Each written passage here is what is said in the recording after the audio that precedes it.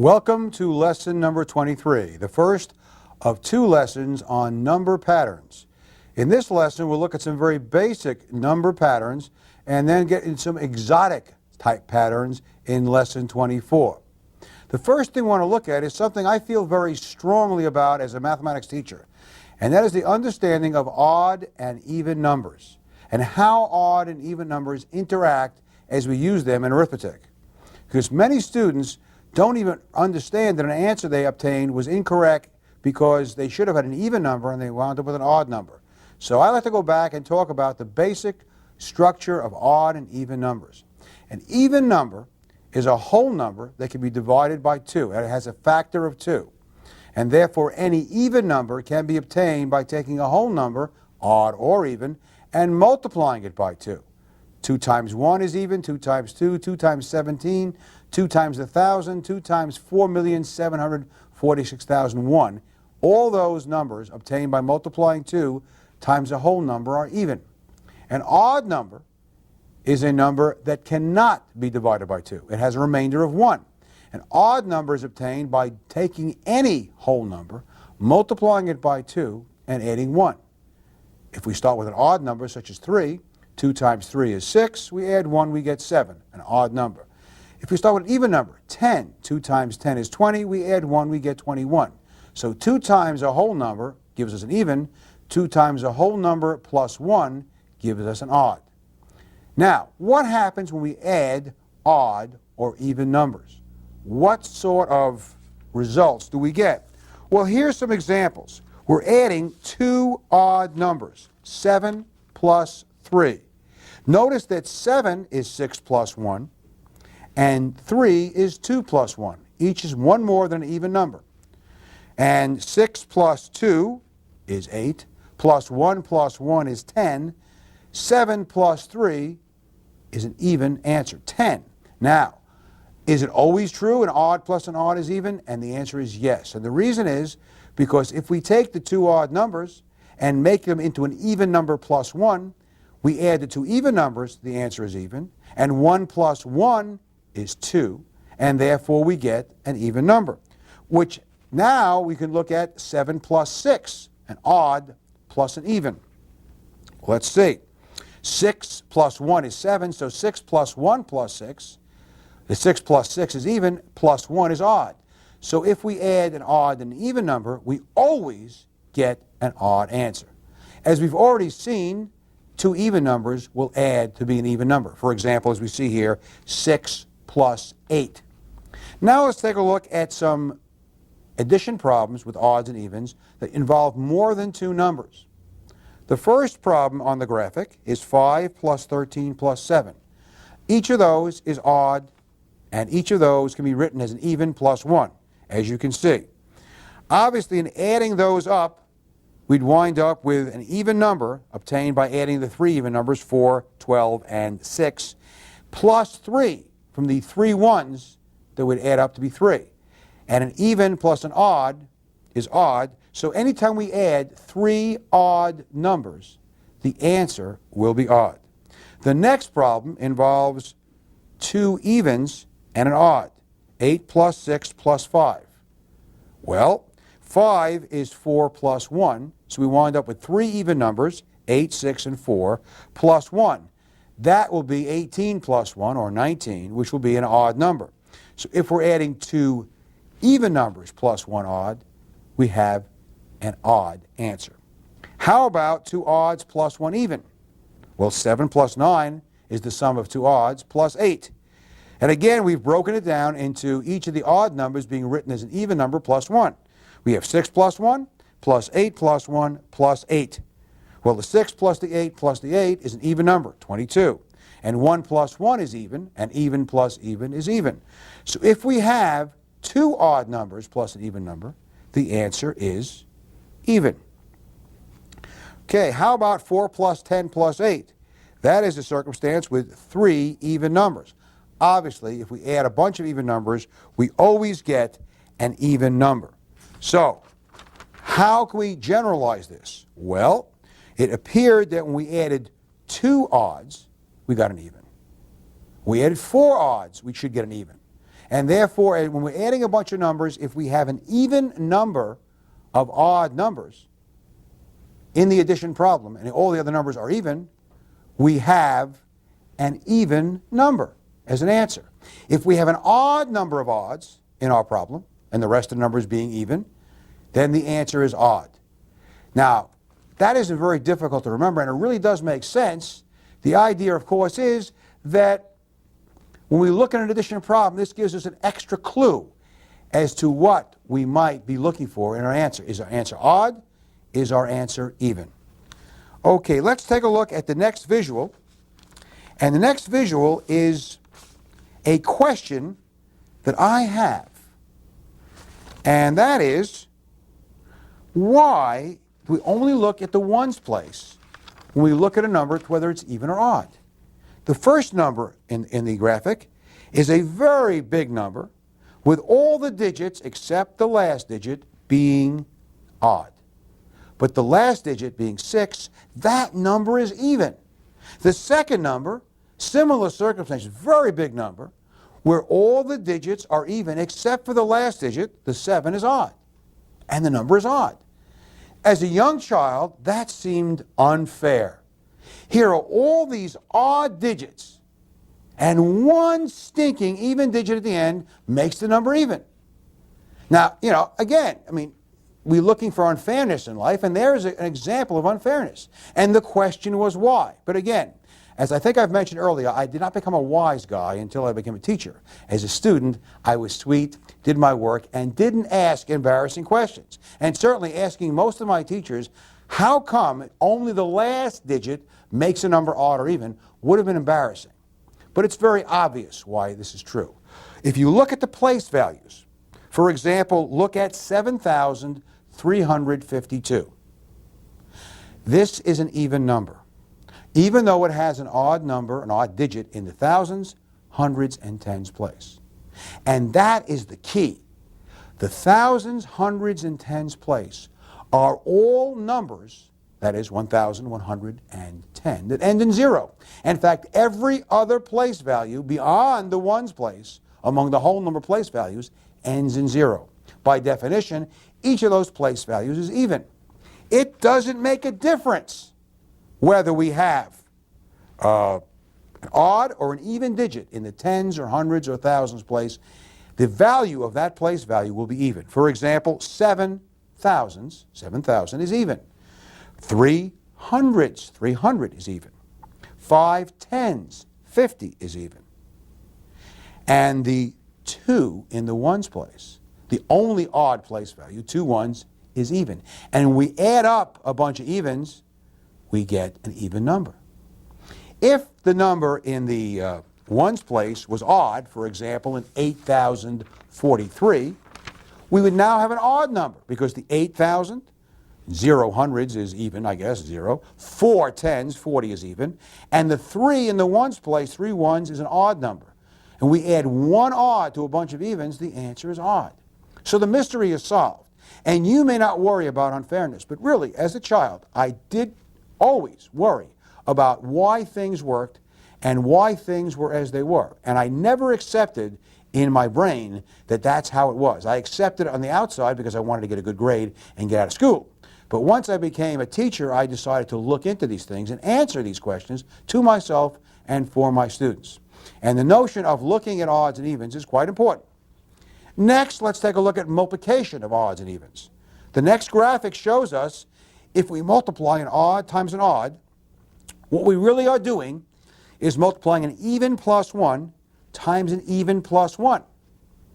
Now, let's break that down, knowing from multiplication that we multiply each part of one number by each part of the other number. The even times the even, well, that's even. The even times the 1 times an even number is even. If you don't believe that, take any even number, multiply it by 1, you get itself. It's, of course, even. And then the 1 times the even is even. And the 1 times the 1 is odd. So you have an even plus an even plus an even plus 1. By our previous work, we see that number is odd. So an odd times an odd will always be odd. Next, we look at an odd times an even. The odd, of course, is the even plus 1. And I multiply even plus 1 times the even. Even times even is even. 1 times even is even. And if I add up two even numbers, I get an even number. So an odd times an even gives me an even answer. It turns out that as long as I'm multiplying only odds, the answer will be odd. But if I have a whole bunch of numbers I'm multiplying and all but one of them are odd, but one is even, the answer will be even. So in multiplication, if you're multiplying and you have at least one even number in the multiplication problem, the answer must be even. Well, now that we've taken a look at odd and even numbers and how they operate, let's take a look at some patterns of multiples. When we talked about fractions, we looked at rules or ways to find if a number is a multiple of 2 or 3 or 5 or 7, so that we can reduce a fraction by dividing the top and the bottom by the same number. We also looked at the least common multiple in our journey into number theory. Now I just like to look at some patterns in the multiples, because I'm a big believer in pattern recognition. We see the numbers 1 through 50, and I've highlighted in red the multiples of 3. Immediately I believe you can see a visual pattern. The numbers are lined up in diagonals, because when we get to 9, when we add 3 to 9, we have 12, which of course is in the column to the left of the 3. And then we add 3, we get 15, which is in the column to the left of the 6. So this may give us a clue as to why the numbers that are multiples of 3, the digits always add up to 3, 6, or 9. Because notice that 1 plus 2, of course, is 3. When I add 3 to that, I get 15, therefore I get 6. When I add 3 to that, 3 plus 15 is 18. And of course, I get 3 more than 6, I get 9. 1 plus 8 is 9. And when I add 3 to that, I start all over again, because I'm adding 3 to 9 and basically now getting 21. That is, I'm adding 3 to 18, the 18 being 1 plus 8. And this cycle continues. And therefore, I have the visual pattern of the diagonal that you see on your screen, as well as the numerical pattern of adding the digits and always getting 3, 6, or 9. The next set of numbers is exactly the same set of numbers, 1 through 50, but what it has on it is the highlighted number 9s, the multiples of 9, 9, 18, 27, 36, and 45. Obviously, we see the visual diagonal. What I'd like you to do is to stop the tape after looking at this, or freeze frame, if you can, on your VCR, this graphic, and I'd like you to stop and think about what patterns, other than the visual pattern, you see among the 9s. Please do that now.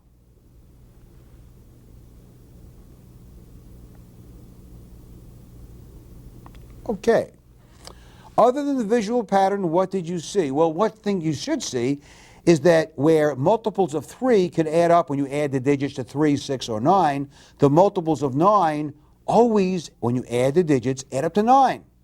1 plus 8 is 9. 2 plus 7 is 9. 3 plus 6 is 9. 4 plus 5 is 9. Also notice when you add a 9 to a multiple of 9, what you get, of course, is the number in the ones place is reduced by 1. That is 36 plus 9. 6 plus 9 is 15. The number in the ones place goes from 6 to 5. And we add the 1. We carry the 1 and add that in the tens place, so we get 45. 3 plus 1 is 4.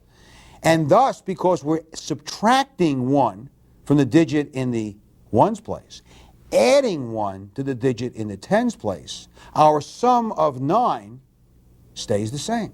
So all multiples of 9, when you sum the digits, will become 9. Now, as you get to larger multiples of 9, for example, 99.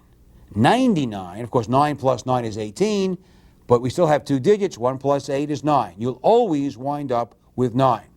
Next, we'll take a look at multiples of 7. And here is the numbers 1 through 50 with the multiples of 7 highlighted in red.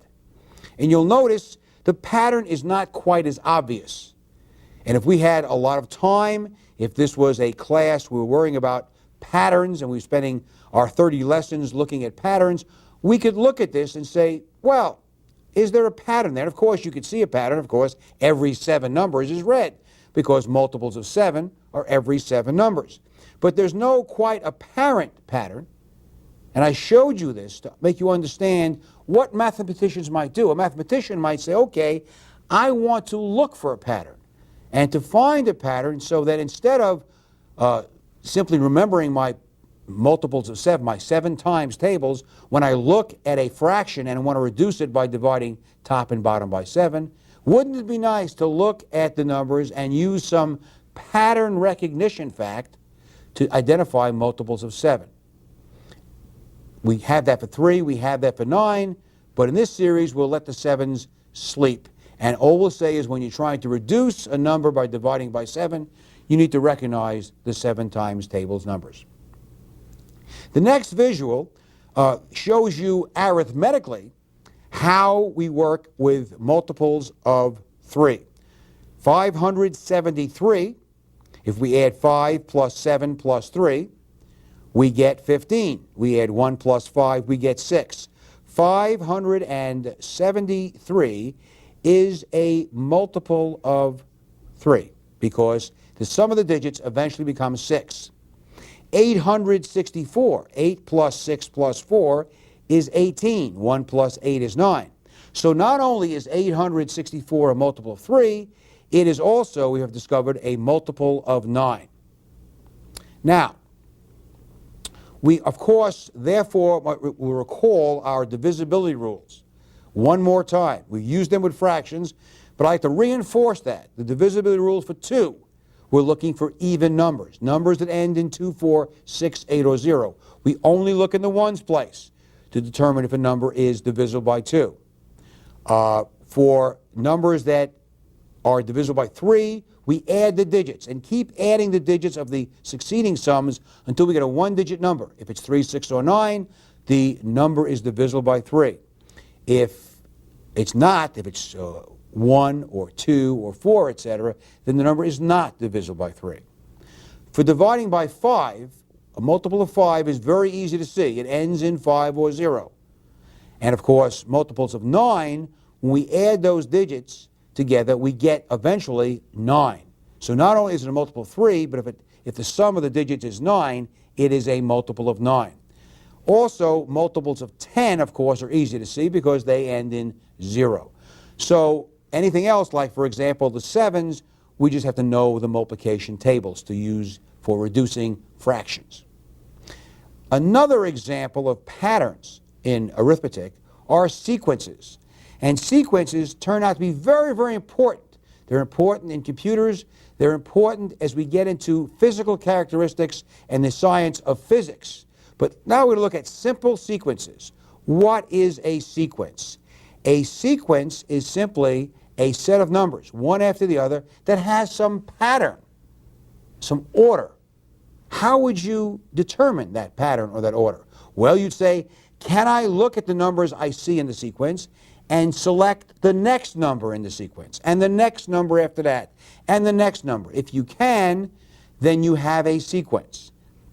And if you can, you should be able to write down in words or numerical symbols how to get succeeding numbers in that sequence.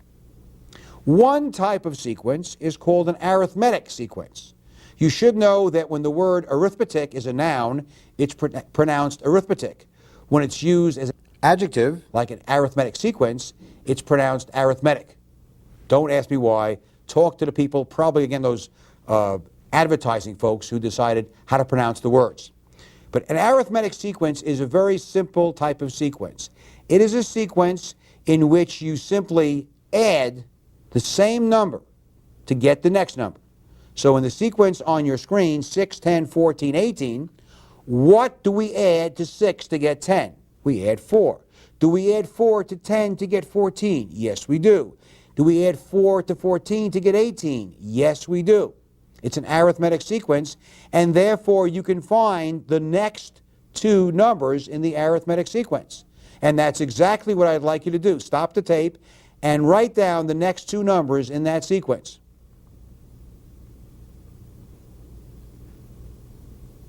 Well, obviously, if this sequence is obtained by adding 4 to each number to get the next number, 18 plus 4 would give you 22. 22 plus 4 would give you 26. So the numbers you wrote down should have been 22 and 26. Another kind of sequence that has a name is a geometric sequence. A geometric sequence, such as the one you see on your screen, is one in which we get each succeeding number by multiplying by the same number. 5, 15, 45, 135. Let's see, we started with 5, and what do? We multiplied by 3 to get 15. Is 15 times 3 45? Yes, it is. Is 45 times 3 135? Yes, it is. How would I obtain the next two numbers? I'd multiply 135 by 3, and then I'd take that number and multiply it by 3 to get those succeeding numbers. And I could continue getting numbers by multiplying by 3. How far will this sequence go? It will go on forever. We don't have that much time, so we'll go on to the next sequence. 8, 16, 48, 192. What kind of sequence is that? Can you figure out what the sequence is and what the next two terms are? Well, let's see if it's arithmetic.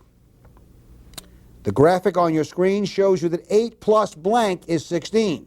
What did we add to 8 to get 16? We added 8.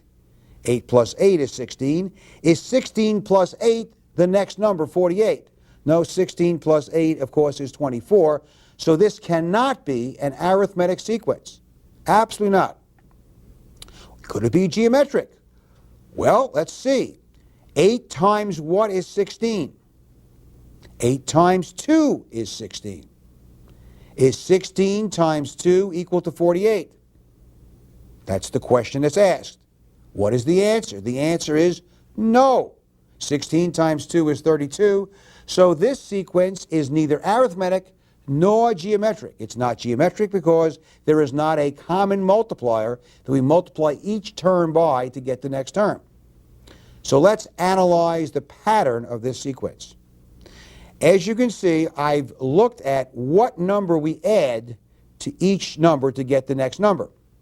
We added 8 to 8 to get 16. We added 32 to 16 to get 48. We added 144 to 48 to get 192. And then we looked at the next sequence, what we added to those addition terms. That is, what did I add to 8 to get 32? I added 24. And I added 108 to 32 to get 144. So it appears that this method of investigation is not getting us very far. We looked at addition. Let's take a similar investigation using multiplication.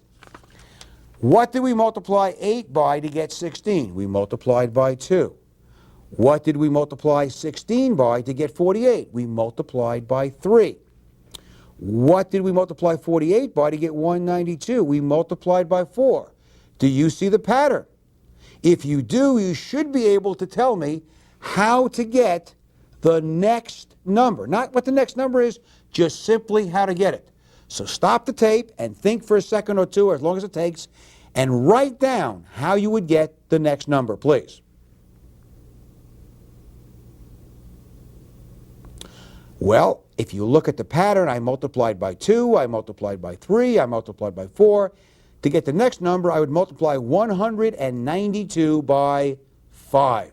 The next number in our sequence of multipliers. So sometimes in a sequence, there are other sequences built in.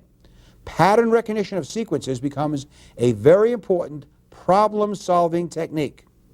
Look at the next sequence. 1, 5, 10, 25, 50, 100, 200. What is the next two terms in this sequence? Stop the tape after you've written this sequence down and write down the next two terms after 200 in this sequence.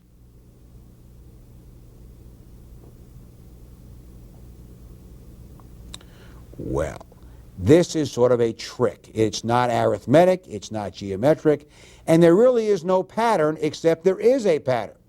The pattern is, this is the amounts of money in the succeeding value of currency and coins in the United States. Penny, nickel, dime, 1, 5, 10, quarter, half dollar, 25, 50, dollar bill, $2 bill. Obviously, the next must be the $5 bill, which is 500, 1,000, and 2,000 for the 10 and the 20. No one said this had to be mathematical. The next sequence, 8549. I'll give you a clue. All the numbers in this sequence are one-digit numbers. Can you fill in the next two? Or better yet, can you fill in all 10 one-digit numbers in this sequence? Stop the clock and try. 4, 3, 2. Once again, this was not a mathematical sequence. If you look at the next graphic, you see that the entire sequence is 8549176320.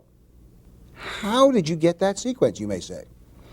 It's obvious if you wrote down the words 8549176320, you'd see these numbers, or the words that describe them, are in alphabetical order. Ha ha. Sometimes we look at patterns that involve sequences of pairs of numbers. For example, we have an input and an output set of numbers.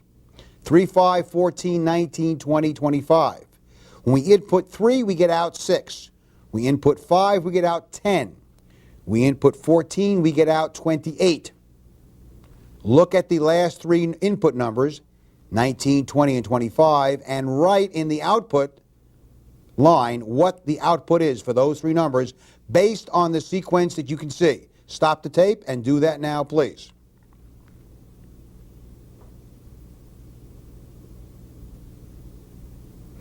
What you should have seen is that the output numbers that were given, 6, 10, and 28, were each twice the input numbers.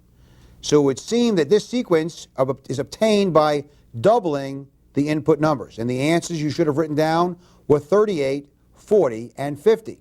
Symbolically, you could have said that the output equals 2 times the input.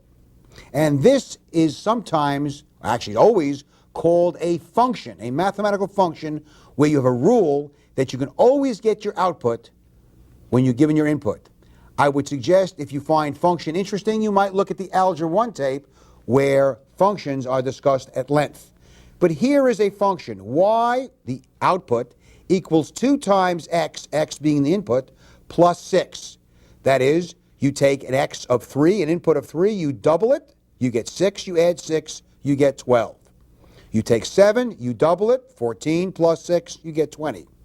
Take negative 3 and multiply it by 2. Positive times a negative is negative 6 plus 6 is 0. Stop the tape and find the output, the y values, for the three remaining input values, 0, 5, and negative 4.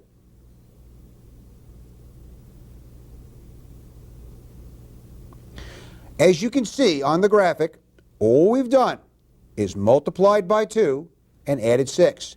2 times 0, 0, plus 6 is 6. 2 times 5 is 10, plus 6 is 16. 2 times negative 4 is negative 8, plus 6. Negative 8 plus a positive 6, sign of larger, and subtract, we get negative 2. And thus the outputs are determined. And in fact, if you've seen what we're doing here, obviously hopefully you have, the notion of functions, the notion of filling in numbers in an equation is part of what algebra is all about and will be discussed at length in our Algebra 1 tape. Well, what have we looked at in our first of 2 lessons on number patterns? We've looked at a number of basic ideas about odd and even numbers. We've looked at sequences and multiples and attempted to get an idea of how we can use pattern recognition to solve problems. Really what we're doing is we're building up a skill at pattern recognition.